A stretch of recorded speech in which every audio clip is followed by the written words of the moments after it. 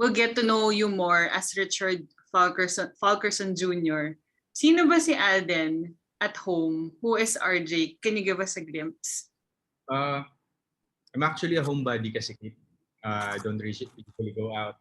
I'm very private when it comes to anything that's personal to me. But somehow, this concert really inspired me to give out a huge portion of my life when I was young, when I was starting, para makita at malaman ng mga tao kung why did I start the idea and why did I start a foundation, which is the AR Foundation, and how I really did came up with the concert, which is Forward. So, malalaman nila yan kasi since it's a documentary concert, it will be insightful and people will find a lot of purpose into it.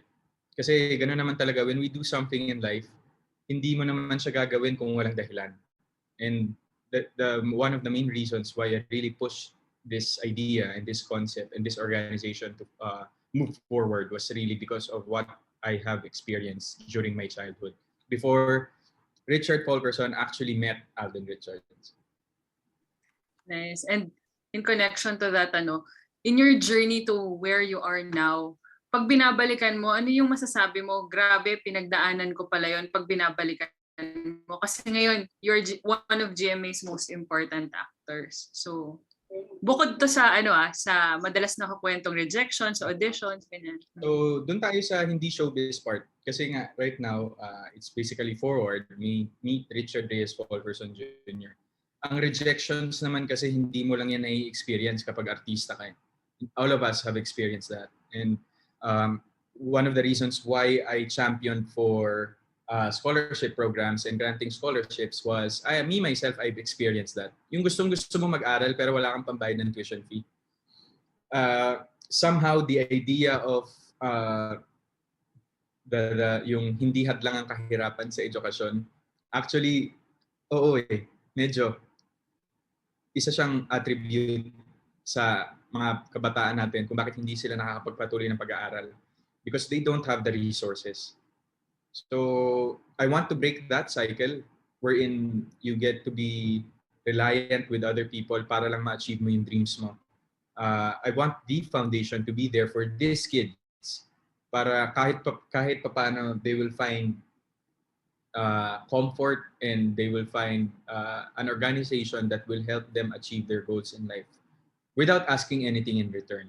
So the only thing that we are asking for these scholars is to continue the idea of kindness na natutunan nila sa amin and to also be they give back to other people na kahit hindi na sa amin. Because gano'n naman para ma-create natin yung unending ripple of kindness, we have to start somewhere. And this foundation is the start of that.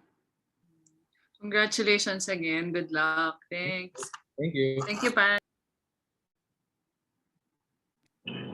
Thank you, Ms. Kate. So for our next question naman po ay magagaling kay Mr. Julian Esteliores. Sir, hi, good afternoon, Alden. Hey, sir. Good afternoon. Hello. Ang question ko, how did you condition yourself in time for this concert? Medyo ni-reassess ko at binalikan ko yung how I prepare for a concert. Kasi basically, the past concerts that I've had are all performance concerts.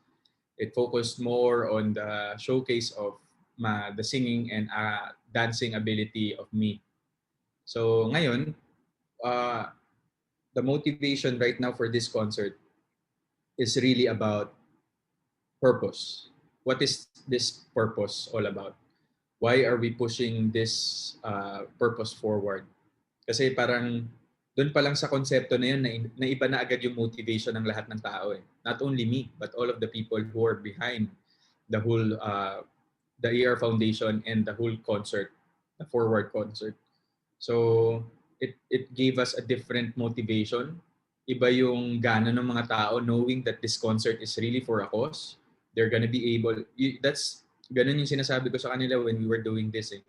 I make them part of the foundation, of their, I'm giving them the credit for this. Kasi syempre, yun, like what I've said, hindi naman kailangan pag sinabing tutulong ka sa ibang tao, kailangan pera lang. You can always contribute to a certain cause kahit sarili mo lang yung present. And that's one of the things that I've learned with this project that we're in. And I can see to these people na kapag ganun yung binigay mong motivation sa kanila, iba sila mag-work. And most especially din sa akin, iba yung passion ko dito. Talagang and this concert is the concert na talagang sobrang hands-on ako since I've also produced this. So talagang ang sarap paghirapan kasi alam mo yung kapupuntahan niya. Then, nabanggit mo na hands-on ka dito. Paano mo nababalance pa rin yung work and life dynamics mo? It's all about time management at the end of the day. It's all about putting up your priorities first. Kasi ako, whenever I wake up in the morning, makikita nila yan sa concert, part of the docu yan. First things first ako talaga. Ano yung dapat mo nang gawin before doing the non-important things? Parang yun muna yung inuuna ko. Siguro yung setting up your goal in a day. Iba yung setting up mo ng goal for a day, setting up your goal for the week, setting up your goal for the month, and setting up your goal for the year. Nagkakaiba yun. May short term and long term.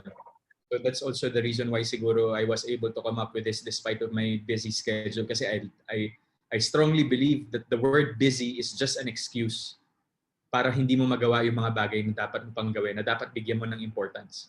So, pag busy kasi ako busy ako sa ganito. It's just an excuse. It's all about time management. And I guess isa yun sa mga na-master ko since ng pandemic. Nabanggit mo naman ngayon yung pandemic. Ngayon kasi, virtual pa. How much do you miss? How much do you miss seeing crowds and fans? Especially, ngayong nagluluwag na tayo, paparating na yung talagang in-person na. Yes. Na concert at saka premiere night. Malungkot siya in the past years na that we've been all in this situation. Like pag nasa Itbulaga kami, we always do the show with a lot of audiences. And of course, yun nga, nangyari si Alden's Reality, wala ring audience. It's a different setup and it kind of make me sad to be in that kind of setup. But right now, na medyo lumuluwag na nga siya, siguro after this forward concert, yung next concert naman natin would be face-to-face na. Kasi ang dami na ring bansa na nag-open for it. So, syempre susunod na rin tayo doon. But right now, digital muna tayo for the beginning of the year because this will air on January 30. At least, syempre, para ma-champion din natin yung cause ng foundation. Kasi yun yung sabi ko na parang we have this foundation, parang gawin na nating big yung launch niya na hindi lang natin siya in-announce sa news and social media, but let's make something out of it na mas may intindihan ng mga tao. Where did this all idea came about? How did this idea came about? So that's the purpose of this concert. Salamat, Alden. Naabangan namin ito. Thank you. Thank you.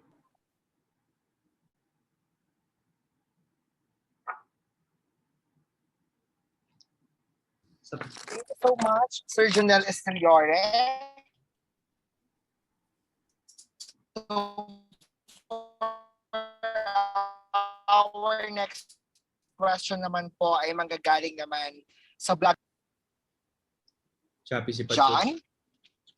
John Bueno? Ay, sorry, medyo nahiga. Oo, ako na pala pa. Sige, okay lang. Connection ko. Hello? Ayan, okay, ayan. Hi Alden, kamusta ka na? Okay naman. Ayan. Really, really happy that you're doing this. What has been the part of the whole journey as Alden Richards made you realize that you need to help other people? Actually, it's not really the journey of Alden, but the journey of Richard Fulkerson. Mm-hmm. That I realized. Yun nga, I don't want to create a stigma that Richard Fulkerson Jr. and Alden Richards are separate people. Mm-hmm. They're the same person, but just different in perspective. Kumbaga, that's also gonna be divulged on the detail of the documentary concert once they watched it. And parang ako, being RJ, being Richard Fulkerson, I guess that's one of the reasons why I pushed through with this kasi I want to break a certain cycle, the cycle of incapacity, because I've experienced that myself. So I want the foundation to be there. I want us to be there for these people, especially these kids who are really eager to learn and to finish schooling, yet they're incapable or hindi nila kayang ma-sustain. I want to be part of it. I want the foundation to be part of it para matulungan sila. And sobrang laking bagay kasi ng mga personal experiences kung bakit namin naisip lahat na to. Parang the best way talaga to be able to know how a certain situation feels like is really to be in that situation and experience it firsthand. Kagaya nga nung cliche saying na experience is the best teacher. It really is. So that's one of the main reasons and motivations why I came up with this project. A couple of years back, I've had the chance to interview you during your birthday concert somewhere in Laguna. During that time, I asked you a specific question and you answered like you would give your time. I mean, you would give yourself time for love and relationship during this year. Have you? I know you've accomplished a lot, but have you ever had thoughts of settling down or finding, that person? I guess the objectives and goals for different people changes depending on the circumstance that will come their way, especially now. And love is just there. Andyan lang yan. And apparently, dun sa time na I wanted to, I'm really open about it. Dumating to eh. And this will help a lot of people. This will parang give more reach and mas masarap siyang gawing legacy sa buhay. Kasi andyan lang yung love. And I get the whole stigma of love when it comes to the Philippine showbiz industry. But medyo iba yung way na tinataha ko ngayon. Iba yung focus ko ngayon. So right now, I'm really focused on this foundation and the concert actually. So yun nga, nag-iiba siya as time goes by. Actually, every day, nag-iiba yung priorities. Now then, although you've helped a lot of people, you're good looking and all, but you do have a lot of detractors too. You have your share of detractors. Yes. Why do you choose to be kind? Kasi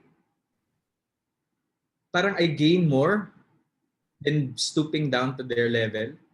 I mean, to all celebrities, parang being the bigger person and being the better person is what really counts. I mean, these people, they have no identity.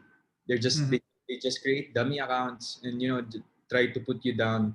And it's been a culture, especially now na talagang sobrang nag-skyrocket yung social media because of the pandemic. But yung detractions kasi and yung mga negative comments they say about me, I find different ways and let my success answer those negative connotations. Wow. So, doon na lang. Mas magfo-focus ako doon rather than to go head on against them. It's a waste of time para sa akin. All right. Thank you so much, Alden, and can't wait for more successes for AR Foundation as well. Thank you, John. Salamat. Thank you. Thank you, Sir John. For our next question naman ay manggagaling kay Albert Abelido. Albert?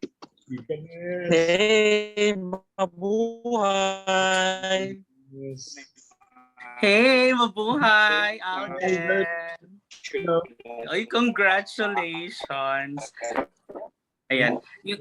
Yung first question ko is, like, what was the process like for you and your team in developing yung itong concept na forward? Parang galit sa vlogger, parang nahugot ka pa. Meron ba naka-on na ibang mic? Naririnig tayo. Yan, sige. The whole process of creating this idea was very mahirap siya, but everything just somehow fell into place. And I guess that's one of the signs why this project is meant to happen. So yung ni Sir.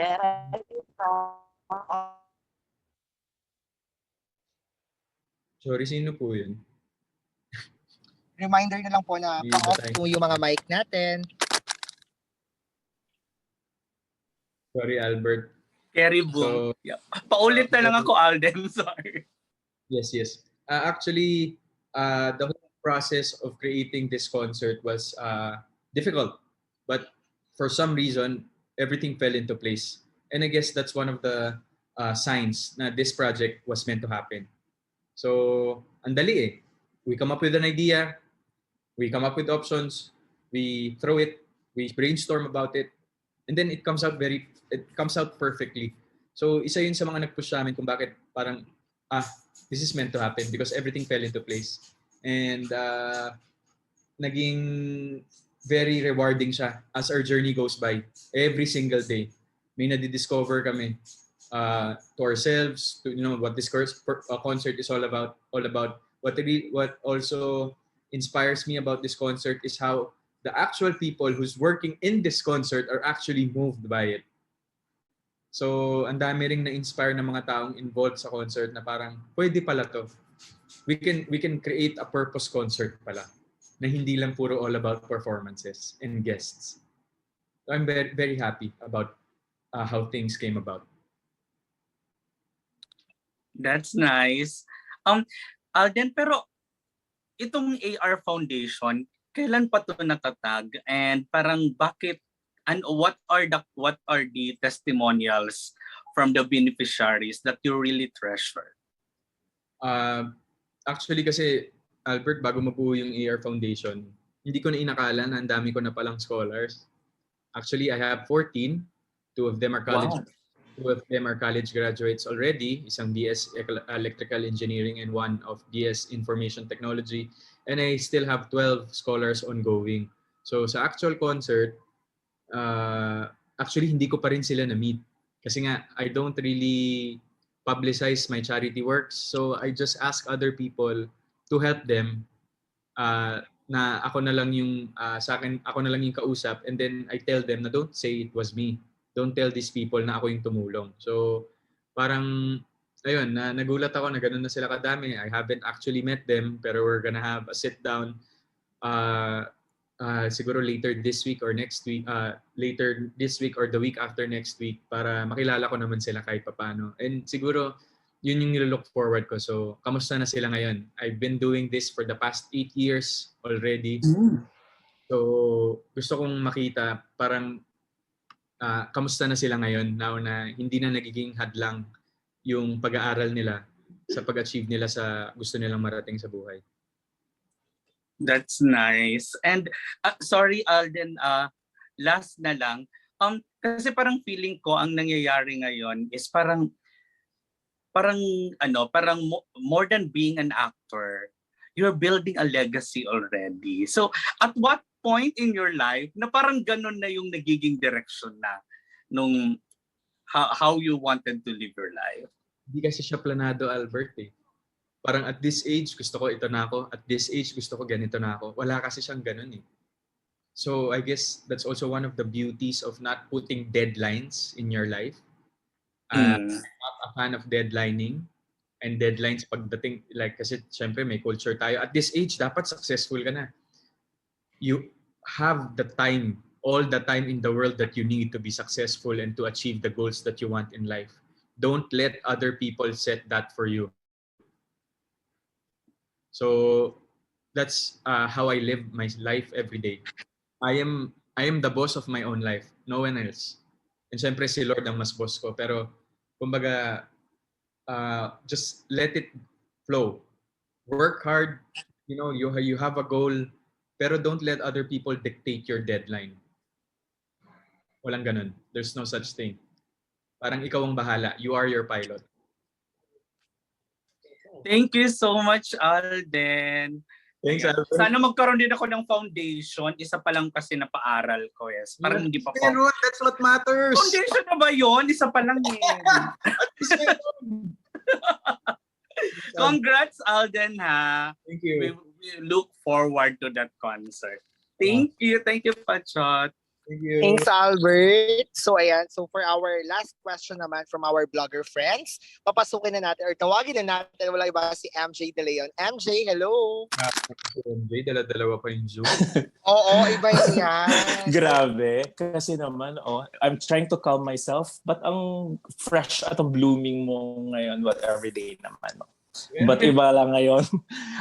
Well, gusto ko lang i-follow up, Alden, yung question ni Albert earlier na yan. No, the basic of AR Foundation is for scholarship, education. So paano ba to? We just want to get a glimpse. Meron ka bang team na nagsiscreen ng deserving scholars? How do you do it?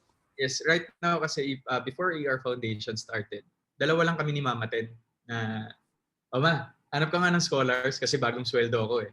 So, ganun ako. Every time I sumasahod ako sa work, I seek to it that every month I have a charity work. No matter how big or small, as long as there's a certain portion of my salary that will go to charity. So, iba-iba yon. Parang meron sa mga animal welfare, home for the aged, bayampunan, education. But education was my main purpose. So right now that we officiated the foundation, we have selected people who will become part of the screening team dun sa mga scholars natin na gustong mag-apply for scholarship. Kasi right now, at the stage 1 of the project development of AR Foundation, we're just at the stage of granting scholarships for these kids. And then, but we have a long-term plan. We have a goal. Ito, by this year, dapat andito na tayo para hindi lang naiipit sa pag-grant ng scholarships. So we can help a lot more. Mas marami pa tayong matulungan in the future. Kumbaga, yung mga bata na meron tayo ngayon, sila yung first stage of it. So the foundation has a long plan. Meron na kaming 5-year projection kung saan namin gustong pumunta. So I have a really good team behind me. So Ayun, namin nagsasalita na naman. But okay, sige. But super interesting kasi siya, Alden, because it's what the others have mentioned earlier, legacy talaga siya. So magsusundot ako, Metro Manila lang ba to, or are you planning to make it all over the country, or? Kasi right now it's all over the country. The scholars is all over the country. So that's from kinder to K-12 to college. Nakita natin all markets right now. Yung 14 na meron tayo. Congratulations, Alden, nakaka-proud.